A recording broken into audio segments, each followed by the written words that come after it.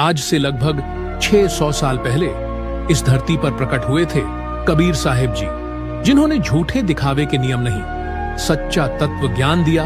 वो ज्ञान जो अंधविश्वास को खत्म करके सत्य की रोशनी फैला दे।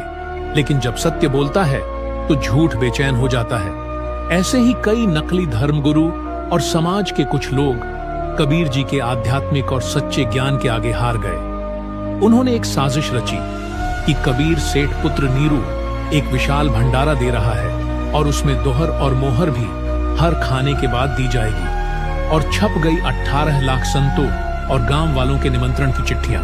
सोचा, जब इतना बड़ा भंडारा कर नहीं पाएगा तो शर्म से काशी छोड़कर भाग जाएगा। पर कबीर जी वो तो समर्थ परमात्मा थे, जिनके घर में किसी चीज की कमी नहीं होती। और फिर हुई वो लीला। सभी साधु संत, बाबा, गांव वाले जो भंडारे में आए थे, उन्हें तीनों समय भंडारा, हर बार दोहर, मोहर, सूखा राशन भी दिया, जैसे सूखा आटा, चावल इत्यादि। पर अन्न भंडार समाप्त न हो, चाहे कोई 3 बार भंडारा करे या 4 बार। हर बार भोजन करने के बाद उन्हें वही दोहर मोहर दी गई। और कबीर जी ने लगातार 24 घंटे सत्संग किया और 18 लाख साधु संतों को आध्यात्मिक तत्व ज्ञान दिया। वही ज्ञान सबको प्राप्त हुआ। जहां सत्य होता है वहीं संपूर्णता होती है।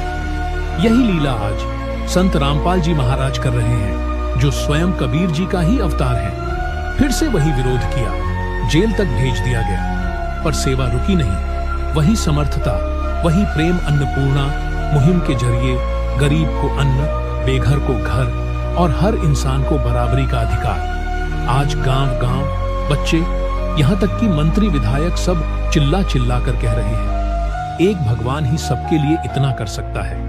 ये कहानी है बदनामी की साजिश से लेकर भक्ति की महिमा तक की। जब परमात्मा आते हैं तो दुनिया पहचाने या न पहचाने पर लीला सबको पहचान करवा ही देती है कि ये सब समर्थ भगवान के अलावा कोई नहीं कर सकता।